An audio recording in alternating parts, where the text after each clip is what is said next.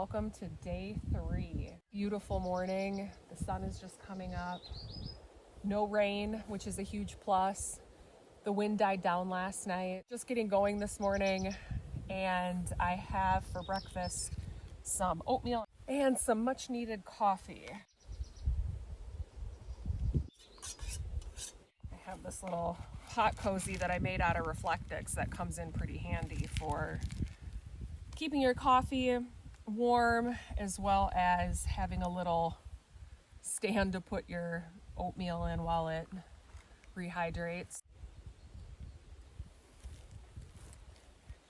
Oh, that is so nice and warm.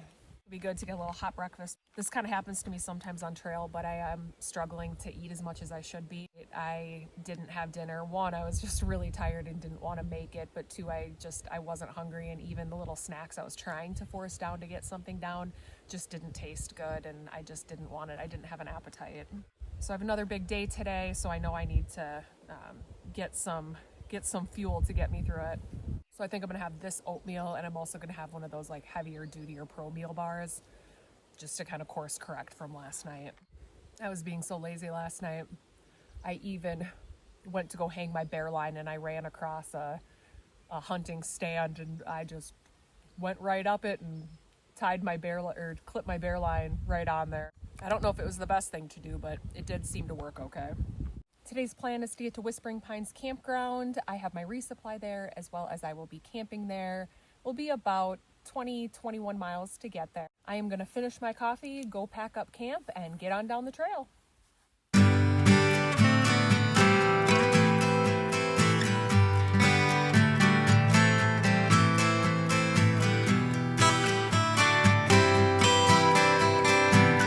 Passing through Sheridan Lake.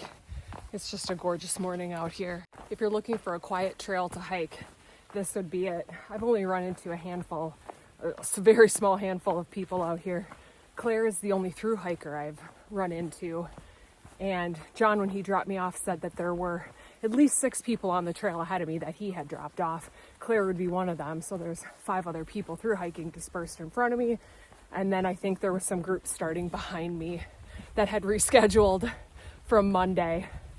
When I went out on Monday, he had said that there was a couple groups that were scheduled to go out, but they canceled on Sunday. So I was the only one that went out on Monday that they shuttled there. Of course, other people could have, but I would have run into them. It's just so beautiful and peaceful here.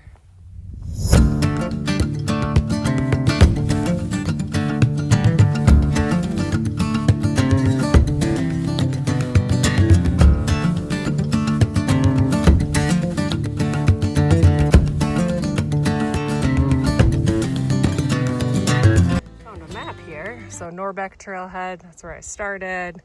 Came through here, came into Black Elk Wilderness.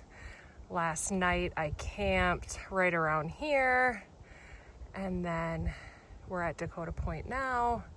We are heading up to Deer Creek, where I'll stay tonight, and then I'll stay somewhere around here before going into Bear Butte to summit Bear Butte on Saturday.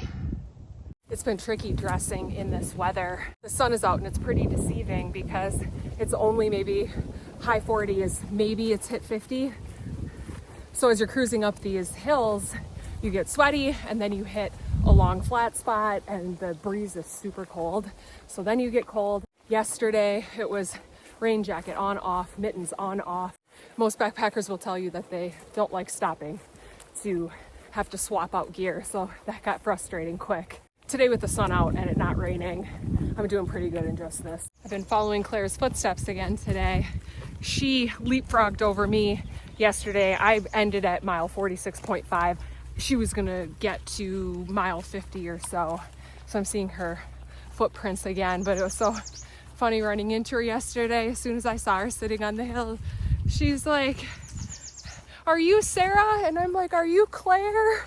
So John must have told her that he was going to be dropping me off. Otherwise, I don't know how else she would have known my name. So we'll see if I run into her today. We are both resupplying at Whispering Pines.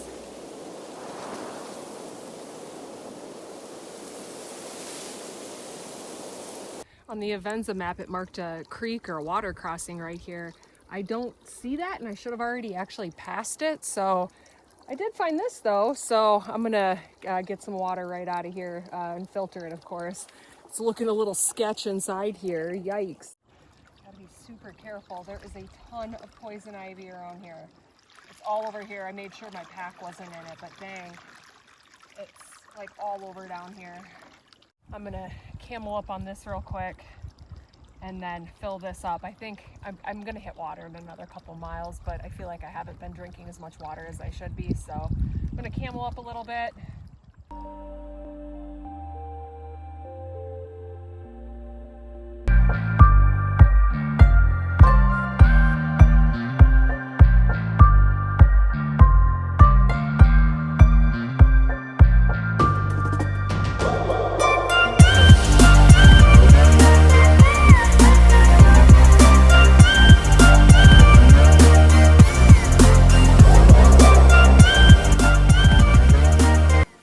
Leapfrogged again. She was right on the other side of where I got water. She was taking a break. So we got to chat for a little bit about how our day ended last night. And she is staying at Whispering Pines tonight, so we'll be able to catch up a little more there. I just ran into a local on their morning walk and talked with him for a little bit. He was able to explain the trees for me. I had noticed a lot of trees that were down. In Custer, there was a lot of what looked like fire. So he did say that there was a lot of fire. And then he said around here, there's a ton of trees down because there was a big storm in 2013. They got 42 inches of snow. They were stuck in their house without power. It took a week for the vehicles to come out here and clear them out, but they have so many down trees. And then I had asked about the pines because they're marked to be cut down. And he said, come through and thin them out for fire control. I was planning on getting water up here though, which on the sheet marked as a reliable water source, but he said the creek is dry. So I may be pushing on another 3 or so miles with very little water because I thought, hey, I was hitting a creek, so I was gonna slam what I had. Must be my lucky day. The creek is not dry. There's been a lot of rain in the last couple days, so my guess is that it was dry prior to that. So I am very thankful that I'll be able to fill up here. Almost got me. I was coming uphill. Well, it did kind of get me. I went over this hill and then was going, I'm like, oh, these kind of long things, they always kind of get me in trouble, these road-like. And of course I pulled up my maps and I had only gone just over that hill. The trail goes to the right here. So glad I didn't make a huge mistake there.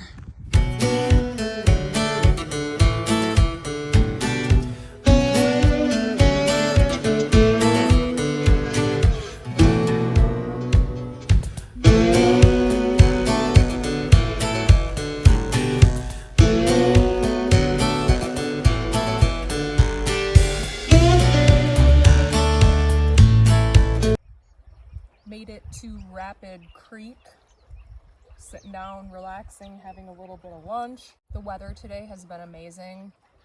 10 out of 10, no notes. I got cell service not too long ago and it said it was 55, and that feels about right, but it is warming up, which has been amazing. Blue skies.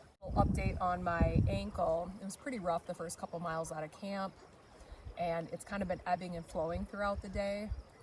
I've put long miles and grinding on trail. Things start hurting.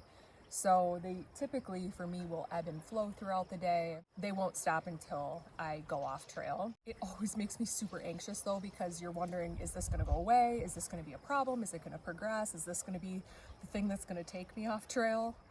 But I just remember all of those other times that it just ebbs and flows, and if you can get through it, just keep on going. I'm gonna relax here a little bit more, eat some snacks, fill up my water, and I got about 6 miles left to get to Whispering Pines Campground. Just was finishing up lunch and a quick shower came through. Man, that came on fast, but you can kind of see it. It was really a passing sprinkle. But just carrying on here, this here is right behind there is the Pactola Reservoir.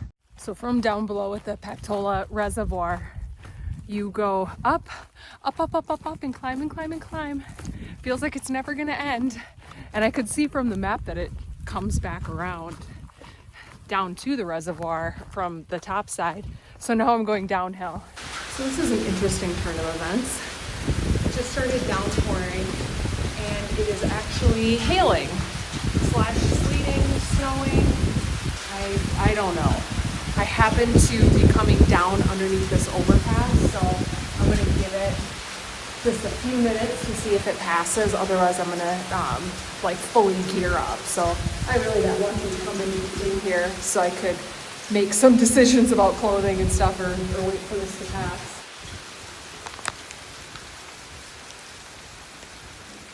It's so crazy too because I swear the weather changed the temperature dropped 20 degrees in a matter of seconds, and then it started raining and then hailing. And now the thunder is here. I think I'm gonna fully suit up, get some warm stuff on now that it's freezing cold, and head out. I'm about 4 miles from Whispering Pines. Just got fully suited up and I'm heading out. It seems to have stopped for now. I almost see the sun and there's blue skies over here. This is absolutely crazy. Look up there, look at the road. I don't know if you can see that. I think that the roads are really hot because the sun was out and it was warm. And then with the rain and snow, it hit the hot asphalt and is evaporating off of there. I'm still hearing thundering, but I'm wondering if it's just going with that passing storm. It's sunny skies this way. I'm gonna wear my gear for a little bit. I'm absolutely freezing now, so it'll at least warm me up, and then I'll probably have to stop and take it all off. There it is, Pactola Reservoir. I swear the temperature has gone back up at least 15 degrees. I'm gonna get my body temperature back up and then take all this off. Some of the hail pellets that just came down. Getting better views of the reservoir. It's actually really cool. I didn't expect this from a reservoir. John told me on the shuttle ride that I'd find Whispering Pines by following the disco ball. I don't know if I've ever been so happy to see a disco ball. Made it to Whispering Pines Campground. As you can see, I'm not in my tent. They had a camper cabin available. They had one left, and I decided to jump on it. It'll be really nice to not have to set up my tent and take it down if it's gonna rain. It is pretty cool at night. I've been staying pretty warm, but I do get chilled, so this will just be nice. I haven't slept very well the last 2 nights, and then the 2 nights before that I was up at 3 a.m. to drive here and up at 3 a.m. to go on trail. Hopefully a good night's sleep tonight will kind of give me that boost to get through the next couple days. I do have high mile days planned for tomorrow and Friday before summiting Bear Butte on Saturday, and I think that's a lower mileage day, like 15 miles. I just took a shower and it felt amazing. I just sat in the hot water. It was so nice after the kind of rain stop, cold stop, hail stop all afternoon. I had talked when I checked in here and they're like, yep, that's the Black Hills. It just kind of rolls through and rolls out. And then the sun shines and then it comes back. It actually, in the time I took a shower and came back out, it rained again. So I thought I'd take a second and go through a little gear update on what's working, not working on trail, what I found I didn't need to bring. Once I realized that the temperatures were gonna be pretty cool coming out here, I decided to swap out my 30-degree bag with a 15-degree bag. With that swap, it added about 8 ounces, and I didn't want to add any more to my pack, so I kind of went through and did a little shakedown of my pack. And if you watched my gear loadout video, one of the things I was bringing was I didn't want the chaos with my cords. I did swap it out because I wanted to reduce the weight, and I went with a bag. It's actually not that bad at all. I'll probably continue to do this. I have not needed bug spray. There are no bugs out here. It was kind of a last minute ad, I didn't know. It's May, so I figured that it could be hit or miss, but when I was in the shuttle with Bridget, she said bugs just really aren't a thing out here at any time. She said even into the summer, you don't even really see mosquitoes, so this was not necessary to bring. My Anchor power bank. So I have the large power bank and the small power bank. I think now I only am charging my phone, my Garmin, and that's it.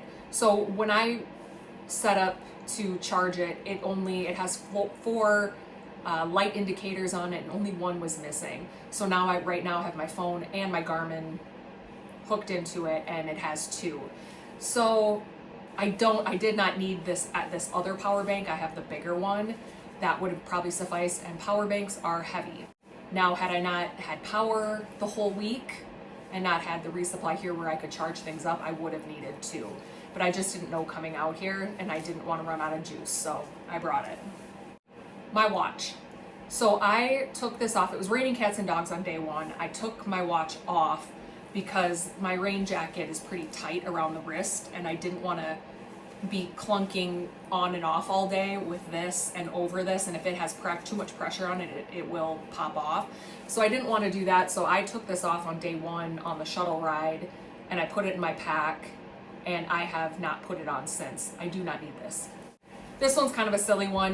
This is light as a feather. I have my Be-Free filter, and I brought my Sawyer Squeeze. I don't like messing around with the thought of not having a water filter, so this is pretty light. I technically have not needed this, but I am glad I brought it. I still would bring this. So now back to the sleeping bag. The sleeping bag I had paid for expedited shipping to get on Friday before I left on Sunday to come out here, and on Friday it updated to being delivered on Monday. So I just went with my 30-degree bag, and I left everything as I had it with my pack.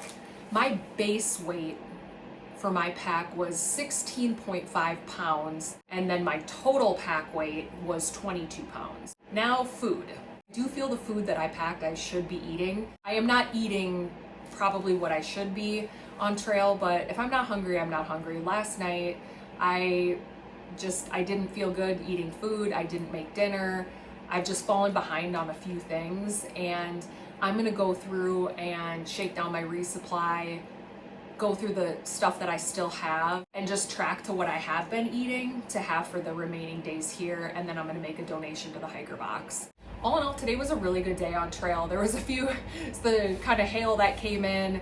I don't know the area enough to know that those things kind of just come and go. So luckily I was under the overpass. I could have just waited, went back out in the clothes that I was in, maybe put on like my rain jacket. But for me, I am used to, hey, this is here to stay down. You're going to be walking in this for several miles. I'm starting to learn the weather a little bit, that maybe I don't have to jump super quick to put stuff on, because it's gonna come and it's gonna go. I'm only on day 3, but I do the kind of 22 mile days kind of seem to be the sweet spot. My plan now is to just go through my gear, clean everything up, go through my resupply, get my food squared away, make dinner, and just relax. Hiker midnight is gonna come pretty early for me again tonight. Thank you so much for watching this video. I'll see you in day 4.